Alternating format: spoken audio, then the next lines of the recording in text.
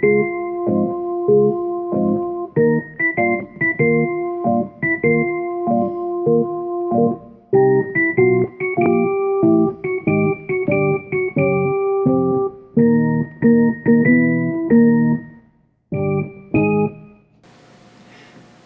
the recent congressional recess, when members of Congress returned to their home districts for the purpose of communicating with the people they represent in Congress and holding town hall meetings to hear their concerns, many Republican lawmakers were faced by large crowds of constituents who were angry because of Trump's vow to abolish Obamacare, as well as the complicity of their representatives in Trump's agenda. Most also were angered and alarmed by the reluctance or even refusal of representatives to investigate the growing scandal surrounding the Russian ties of Mr. Trump and his advisors and cabinet. In Ohio, a state with a long history of electoral irregularities, shall we say, two Republican representatives from highly gerrymandered districts in central Ohio chickened out and refused to attend town hall meetings altogether. They were Representative Steve Stivers, representing the Ohio 15th Congressional District, and Representative Patrick Tiberi of the 12th District. Representative Tiberi is on the important Ways and Means Committee and is chairman of the Health Subcommittee of importance with regard to Obamacare. He also is chairman of the Joint Economic Committee. As a Catholic, he is automatically opposed to funding of Planned Parenthood. He refused to attend a town hall meeting that was organized at a large Unitarian church on the north side of Columbus, Ohio, part of Tiberi's highly gerrymandered district. He was, however, represented at the crowded meeting by a cardboard cutout bearing his image. In a moment, we'll show you some footage of the meeting and the crowd. On the evening of the meeting, instead of listening to the concerns of his constituents, Tiberi was at a $400 per table Lincoln Day dinner held in Knox County, a county he doesn't represent. Now, this is all the more remarkable when you learn that his slug-shaped gerrymander includes Delaware, Licking, and Morrow counties altogether, as well as parts of Franklin, Marion, Muskingum, and Richland counties. Did I tell you that his district is gerrymandered? He wasn't in a single one of the counties he's supposed to represent. Okay, well, before going further, let's take a look at a bit of the meeting that Tiberi missed.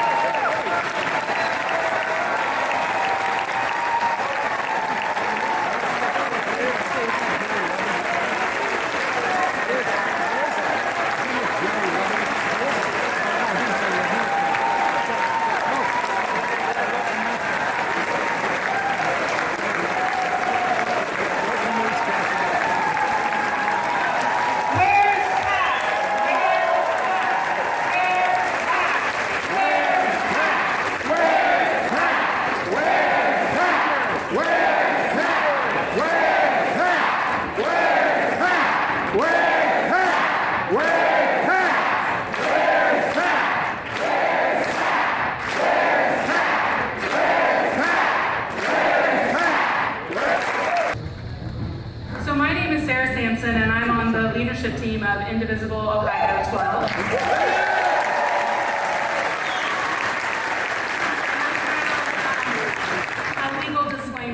That I'm here in a personal capacity, not representing my employer. So I want to say a few things about Indivisible. Indivisible is a nationwide movement to stop the Trump agenda.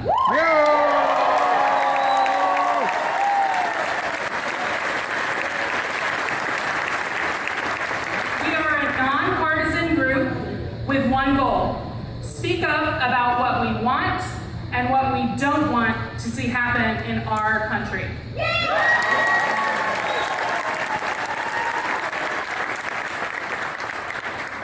We are patriots and only want what's best for our country.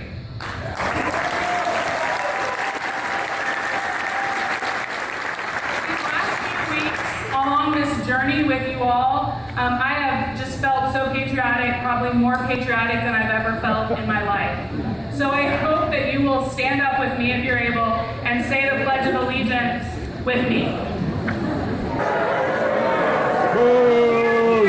Because repealing and replacing the Affordable Care Act is right at the top of the Republican agenda. They have a pretty detailed plan for taking away the protections of the ACA, but they haven't shared the nitty-gritty practical details of their secret replacement plan. Tonight and tomorrow, which we'll get to in a minute, we, along with Indivisible members around the country, hope to use our voices to shape this process. As most of you know, John Russell started a petition asking for a town hall about the Affordable Care Act about the same time that this group started, with 50 people up at the old Worthington Library just a few weeks ago.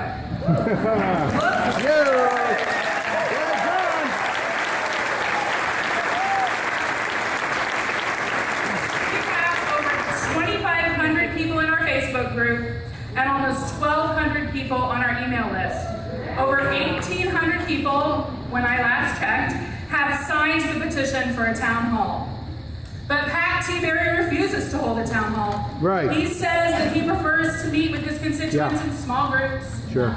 He meets with groups of 4 to 5 people for about 30 minutes. Yeah. At that rate, by my calculations, and I'm not an expert, he wouldn't have time to do anything else for a month if he met with all 1,800 people. So that is why we created this event. We did a lot of hard work to find a venue that would take us. We invited everyone and handled logistics. And I think that the people that did that did a wonderful job.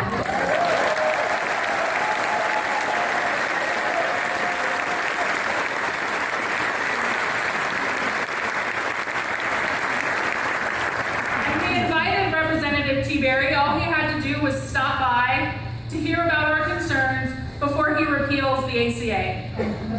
This repeal could deprive 56,000 people just in our district from their health care. But will he get out of his comfort zone, his small meetings, to meet with all of us? No. Is Congressman Tiberi here? No. Well, it seems that Pat Tiberi isn't here. I did notice Representative David Leland here earlier. I'm not sure.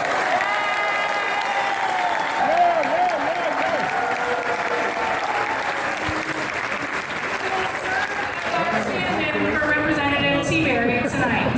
Well, come on, we need you.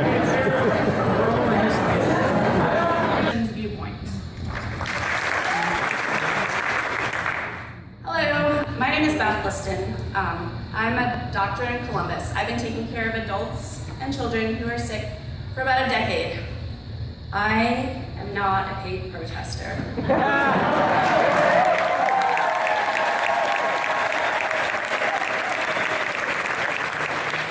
have a question. How many of you have added a contact to your cell phone? Raise your hand up real high. Okay, everybody who's never done that, look around and see the person who has their hand up, right? And what I would like for you all to do, those of you that have your cell phones with you, I want you to take just a moment. If you need help, you know there are people, raise your hands up again. Those of you that have done this, raise your hand up high. Add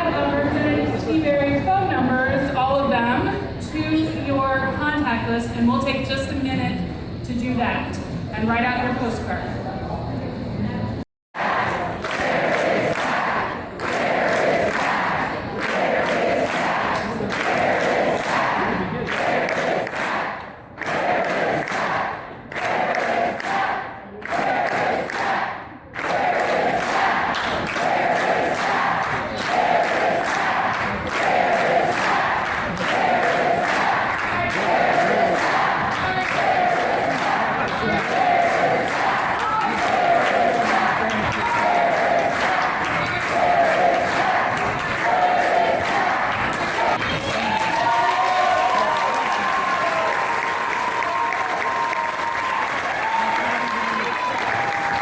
Thank you. If I get a little bit too loud, blame them on the back because they're saying they're not loud enough. Good evening.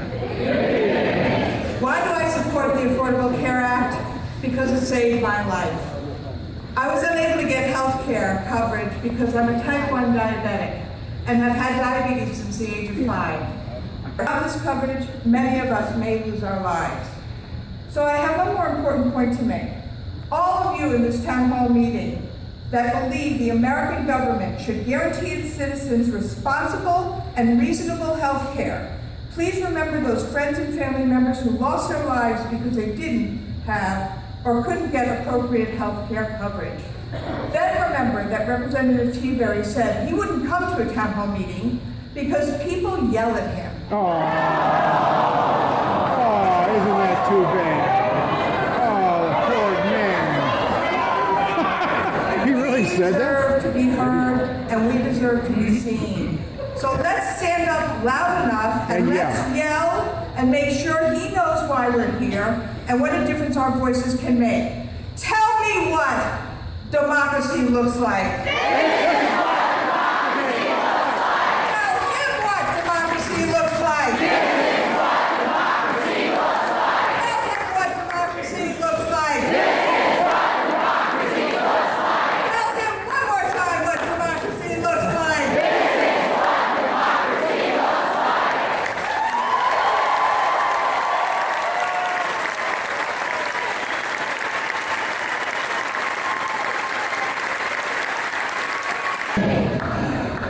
I hope you don't mind. I want to address my comments to the Congressman. That's right.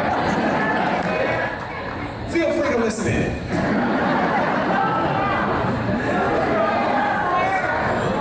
Congressman, my name is Bill Wood, and I'm self-employed. Like millions of other self-employed Americans, I get my health insurance through the exchanges created as part of the Affordable Care Act. And I'd like to give you an idea of what that's meant for me. For most of my career, I was an employee working for companies that provided me with health insurance. My wife and I knew that if we got sick, there would be some costs involved, but we always had insurance, so we never worried that those costs would bankrupt us. My opportunity to become self-employed came in December of 2007, right at the beginning of the growing well for us. Our monthly...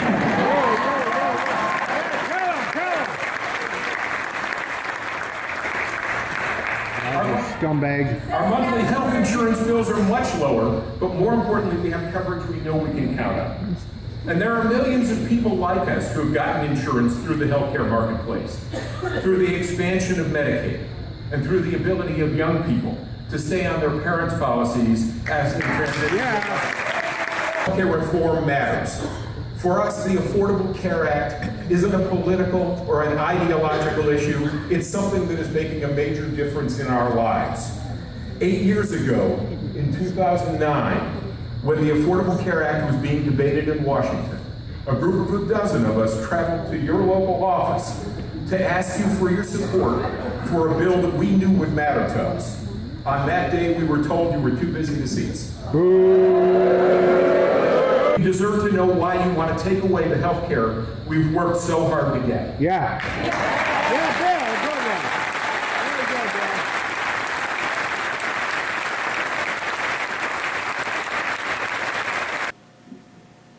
Bill. As you saw in that clip, the crowd was enormous. At least 600 people if you include everybody who was in the overflow rooms and not in the main auditorium. I had no place to sit and had to stand far from the dais. Consequently, I had no opportunity to deliver the brief speech I had prepared before I learned that he would not be present. I really wanted him to hear what I had to say. Anyhow, I think you might be interested, so here's what I planned to say.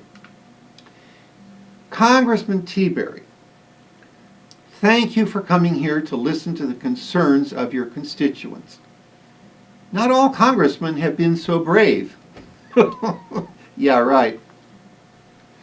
I have 2 points of concern.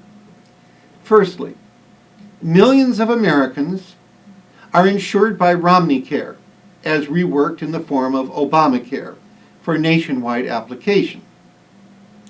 Many thousands of them previously were uninsurable and now have health insurance to cover serious medical conditions. Hundreds of them will receive a death sentence if their health insurance is taken away from them. They will die just as surely as if Adolf Hitler had sent them to an extermination camp. I appeal to you, a Christian man. I beg you not to take away their insurance without simultaneously replacing it with something equally or more beneficial. Please provide them with coverage, not merely access to coverage. This is a right-to-life issue if ever there was one. Secondly, I ask you to rethink your position regarding Mr. Trump's tax returns. In your press release of February 1st, 2017, you wrote, and I quote, Section 6103 of the Tax Code gives very specific oversight authority to the chairman of the Ways and Means Committee to access a taxpayer's returns to ensure that the tax code is being properly administered, not to look at tax returns of individuals for political reasons. Using this authority in a political manner, as requested on February 14th, would have set a dangerous precedent that the Ways and Means Committee will access the tax returns of any American for any reason. This would create a very slippery slope which could weaken or destroy the privacy and confidentiality protections given to all taxpayers. The Ways and Means Committee has never been in the business of targeting the returns of single individuals, and it should not start now. And then you say, regarding President Donald Trump's tax returns, he has said repeatedly that he will release them, and I encourage him to do so, unquote. Well, I suggest that that hope is a wan hope. And given the developments of the last few weeks, I would say that not investigating the tax returns would be a blatant, politically motivated failure of oversight, and that itself would be a political act. This would be like a criminal case where a man is shot inside a building. Police hear the shot and run into the building and find the man dying on the floor. A short distance from the body is a gun with fingerprints on it. Searching the building, the police find a man hiding in a utility closet. He's the only other person in the building. Imagine the prosecutor not having the fingerprints be identified on the grounds that that would be an invasion of the suspect's privacy.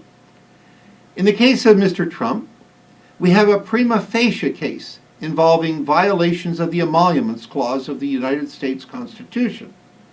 That's sufficient evidence by itself to subpoena his tax records.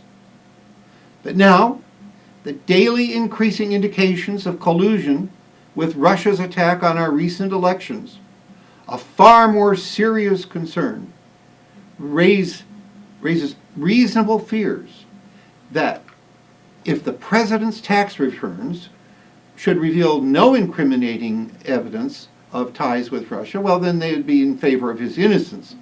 But the fear is that well, he would be expected to turn over his tax records voluntarily if that were the case. But the fear is that if they reveal that he is beholden to Russian interests, that would be grounds for impeachment and or invoking the 25th Amendment.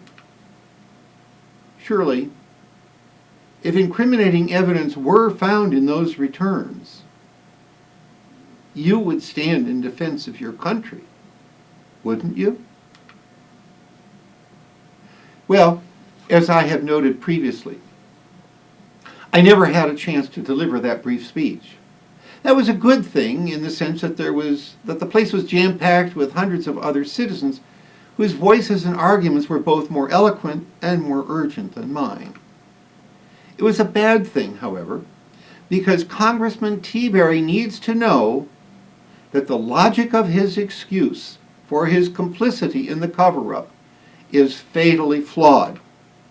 He needs to know that we can see through the deceptive defense he has mounted to justify his participation in a cover-up that threatens not only our national security, but even threatens the survival of our democratic way of life. It is urgent that people call or write to Mr. Tiberi to tell him that by blocking the investigation into Mr. Trump's tax returns, he not only is failing to honor his oath to uphold the Constitution of the United States, he is coming dangerously close to complicity in a nefarious conspiracy that future generations, if they are still living in a free society, will judge to have been an anti-American web of treason. It is important that as many of you as possible telephone, fax, or write to Congressman Pat Tiberi. The contact information for Mr. Tiberi can be found in the written description accompanying this program on my YouTube channel. He has a presence on all social media as well, and you might well want to communicate with Representative Tiberi in one or more of those media as well. Thanks for watching. I'm Frank Zindler.